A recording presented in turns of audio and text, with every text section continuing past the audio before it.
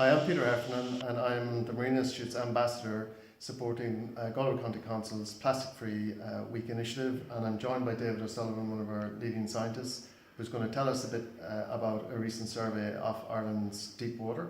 But just to prime the story, let me tell you that it's estimated that 1 truckload per minute of plastic is being dumped into our oceans. And that creates the risk that by 2050 we could end up in a situation, if we don't change our behaviours, that we could have more plastic by weight in our oceans than we do fish.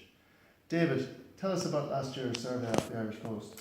Thanks, Peter. A team of Irish scientists was led by myself.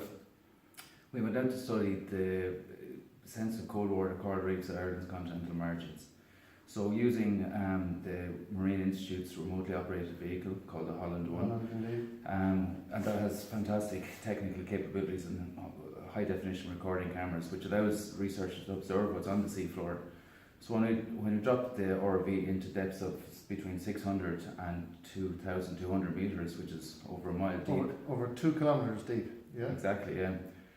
We were able to observe some very healthy ecosystems and cold water reefs in areas we hadn't seen before, which is a very good outcome of the survey. And that's a deep water coral out of sunlight. It's not the barrier reef type coral. These are unique cold water corals that are very plentiful in pristine conditions in some instances in Irish territory. Absolutely, and very slow growing, which makes them quite a sensitive ecosystem. But unfortunately you found some unexpected and unwelcome sights.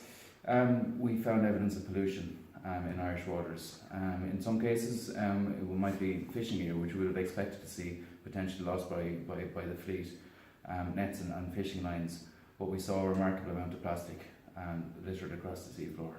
And that would have been large plastic bag type materials and degrading elements. Absolutely. It looked a lot just common household waste, stuff that would have passed through your hands. Plastic bags, as you mentioned, bottles, packaging that goes around vegetables that you get in the shop so frequently.